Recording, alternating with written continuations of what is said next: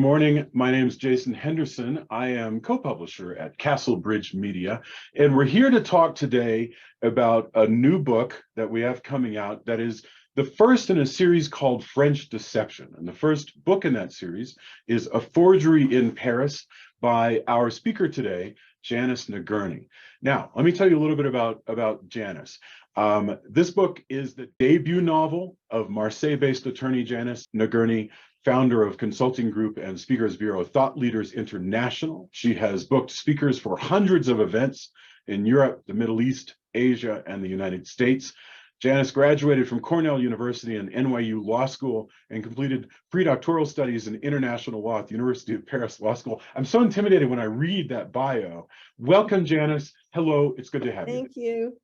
Thank you.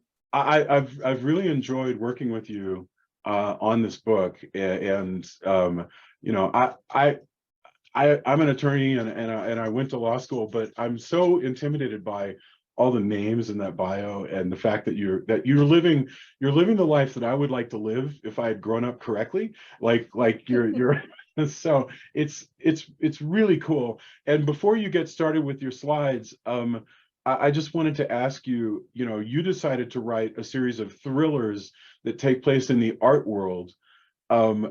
Is there anything about your life and being an expat and all of that fed itself into this book series?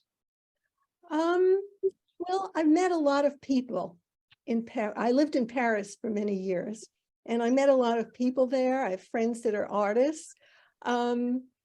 But I think I was just kind of free associating one day, and I began to think about art theft, art forgery, and the story just percolated up that way. That is wonderful. What we're going to be doing today is listening to, you're going to tell us a story about, well, a story of art and a story about crime.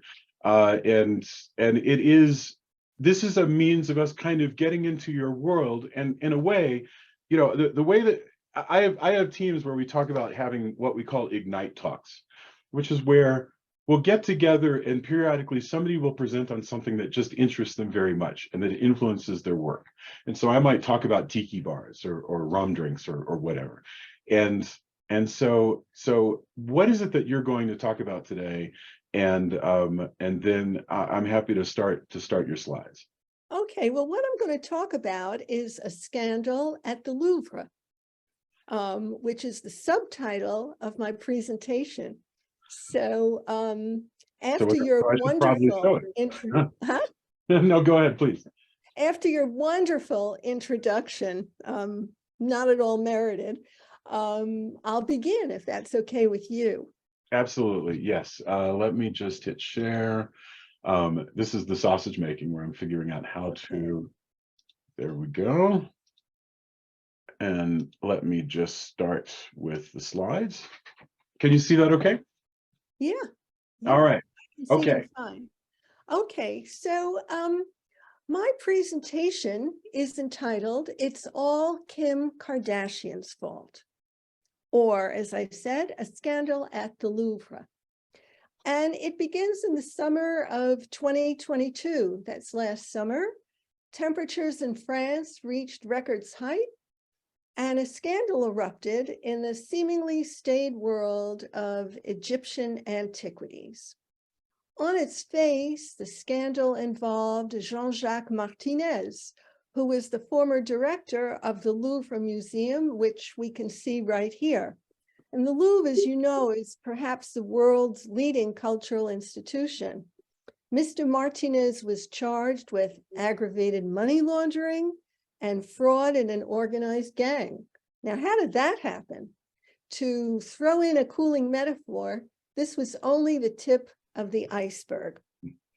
So to get our minds around the affair, we need to go back to the 7th of May, 2018, to a gala organized by the Metropolitan Museum of Art, another cultural behemoth. And now we can show a picture of the Met.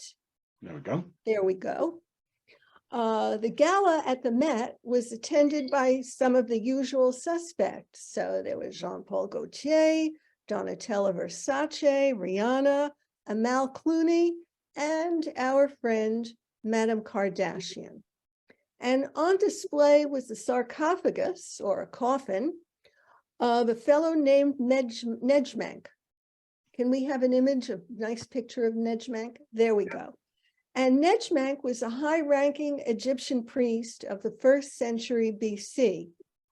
We can imagine that it was only natural for Madame Kardashian to pose next to this valuable antiquity. And let's see Kim standing next to the coffin. There we go. And it was only natural for this photo to be seen and liked by her millions of followers. And among them was an adolescent living in Cairo. And the young woman showed the photo to her father, and she said, "Dad, isn't that the sarcophagus that was standing in the dining room?" Or she said something like that.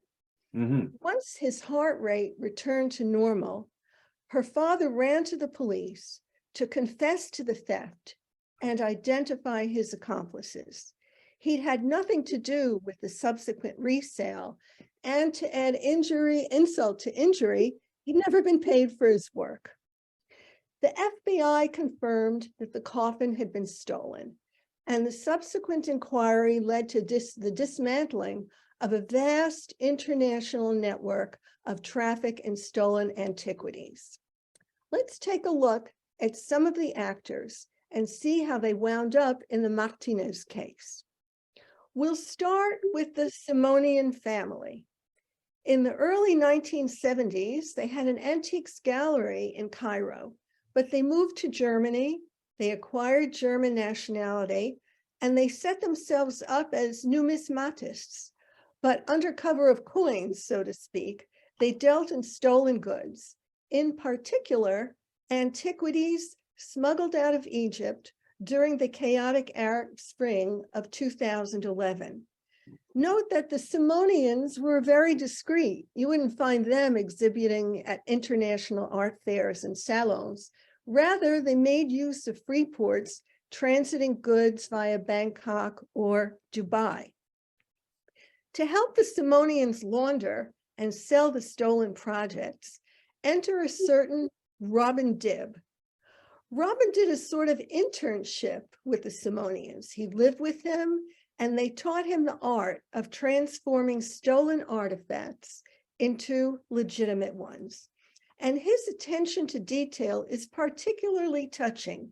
He managed to find a German typewriter from the 1930s to create false documents of provenance and fraudulent export certificates. Wow. We're now moving closer to France. Robin contacted an expert from the auction house, Pierre Berger Associés, a man named Christophe Kunicki. Christophe, an internationally recognized expert in Mediterranean archaeology, started by selling a few small antiquities from the so-called Dibb family collection. When those sales went off without a hitch, he moved on to offering more and more objects from the Simonians.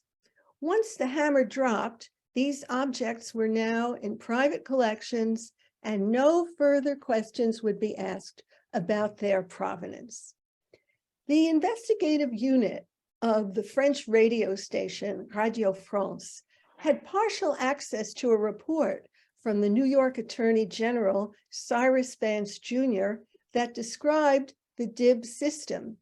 It would appear that the thieves in this network would send Dibb and Simonian an email with damaged and dirty antiquities. Once Dibb agreed to purchase the stolen antiquity, the object would be smuggled out of the country of origin. Dibb would then arrange for it to be cleaned and restored, and his last step was creating false histories of ownership to sell the objects on the international art market. As a result of the Attorney General's investigation, Nejmank's gold coffin or sarcophagus was returned to Egypt in 2019. This was almost a decade after it had been smuggled from Egypt's Minya region during the 2011 revolution. It was transported through the United Arab Emirates to Germany and France before being sold to the Met Museum in July 2017. But to return to our French scandal, how did the Louvre get involved in this sordid affair? So again, we turn back to the intermediary, Christophe Koenicky. Christophe got wind of the fact that with the opening of the Louvre's twin, the Louvre Abu Dhabi, here we have this beautiful building, the latter was looking for prestigious objects to expose. And this is kind of interesting. Normally, you've got a bunch of objects, it can be painting, sculpture, whatever, looking for a home. But here, you've got an empty house looking to be filled up. To return to Christophe, in 2016, he offered several antiquities to the Louvre Abu Dhabi. We have an image of a bust of Cleopatra, a sarcophagus of the Princess Hanutoy, and the stele in rose granite of Tutankhamun. I'm not sure if I've got, yes, there we go. Yes. There it is. These objects were so prestigious that Jean-Luc Martinez, director of the Louvre at that time, and a member of the Acquisition Commission, went in person to admire them when they were situated in Paris.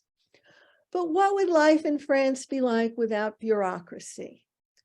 The Louvre relied on a private agency called France Museums, or AFM, to advise the Abu Dhabi Museum on the objects they could acquire.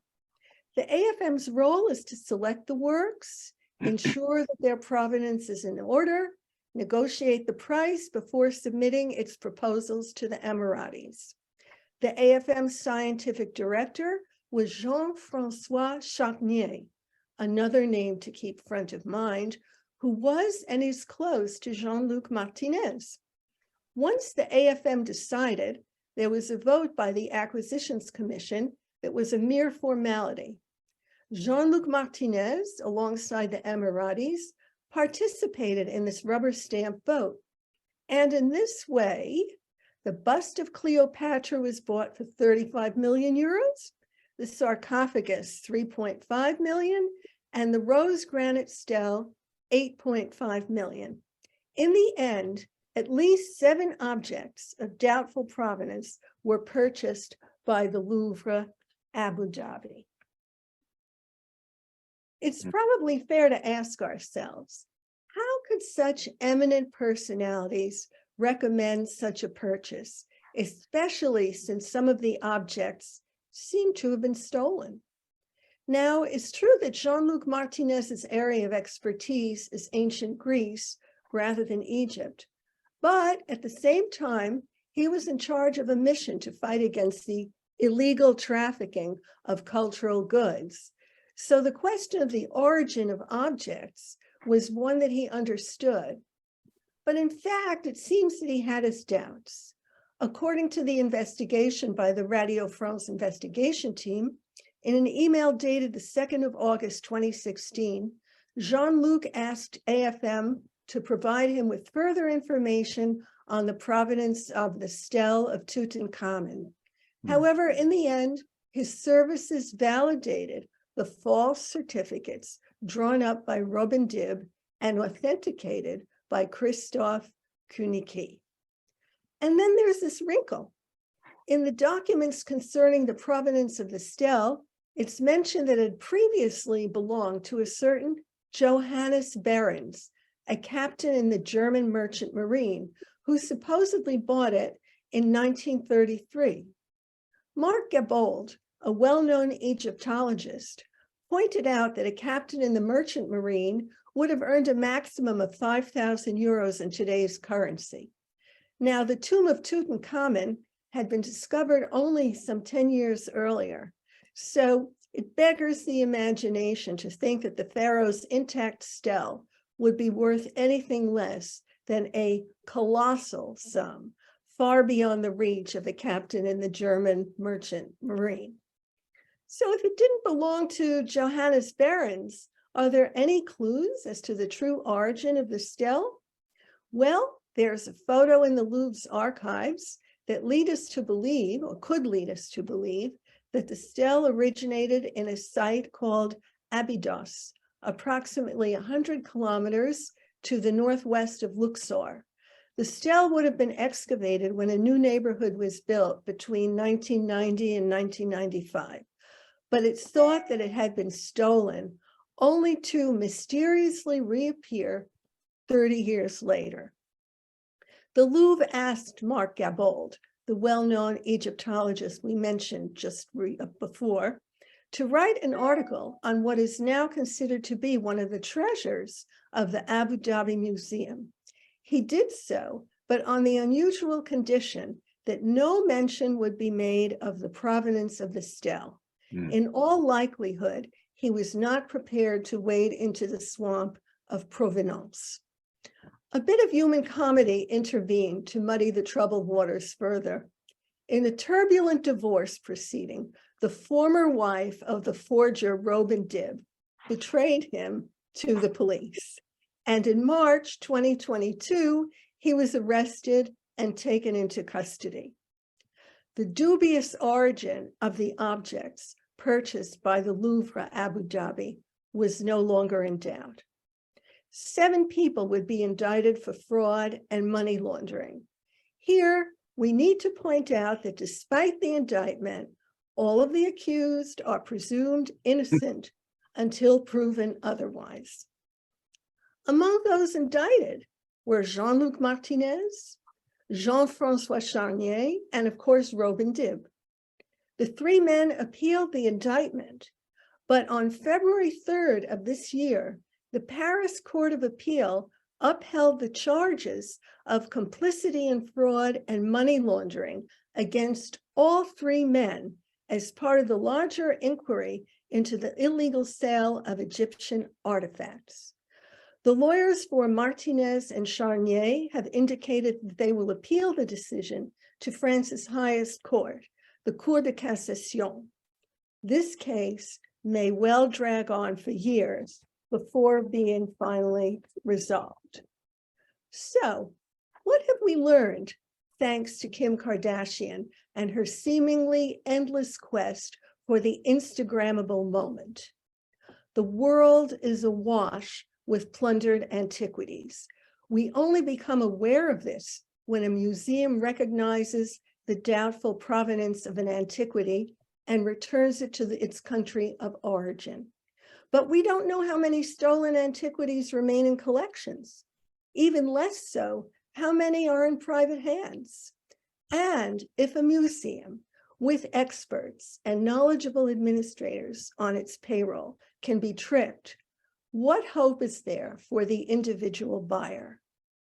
We can note in passing that as of today, the Louvre Abu Dhabi has not offered to return the stolen antiquities, and the Egyptian government has not requested that they do so. I have not touched upon stolen and forged paintings in museums and in private collections, which could be the subject of many other presentations. Thank you very much. Thank you. My goodness. I by the way, I noticed that some of those dates are extremely recent, by the way. Yes. Yeah. Wow. Thank you very much for digging into this topic, which I feel like I've taken a mini class now in stolen antiquities. I want to leave with one last question. I'm astonished that there are these guys, and you have characters like this in your novels. There are these guys like this Robin Dibb, who is using an antique typewriter to fake an entire provenance of Exactly. where this work went, and who making up the name of some German captain and saying, oh, it belonged to this German captain back in the 30s or whatever. That is so hilarious and strange and creative. I mean, I have to really admire. It's very creative. You know, like this guy's just saying, like, I could sit here and just go, oh, it belonged to some executive named Tom in the 30s in New York, and I love it, and that's really fascinating. So, well, okay. So your new book is A Forgery in Paris. You're clearly an expert in this realm, and if you don't want to call yourself an expert, then No, I don't. how would we see an expert on the stand would be somebody who knows more than the average person. So you could always call yourself an amateur expert in the world Okay. of art crime, and I'll take that for its all in all. Have a fantastic week. I hope that people generate some really interesting questions out of this. And I can't wait to talk to you about the next book. Janice, have a wonderful day. Thank you. Thank you very much. Bye-bye.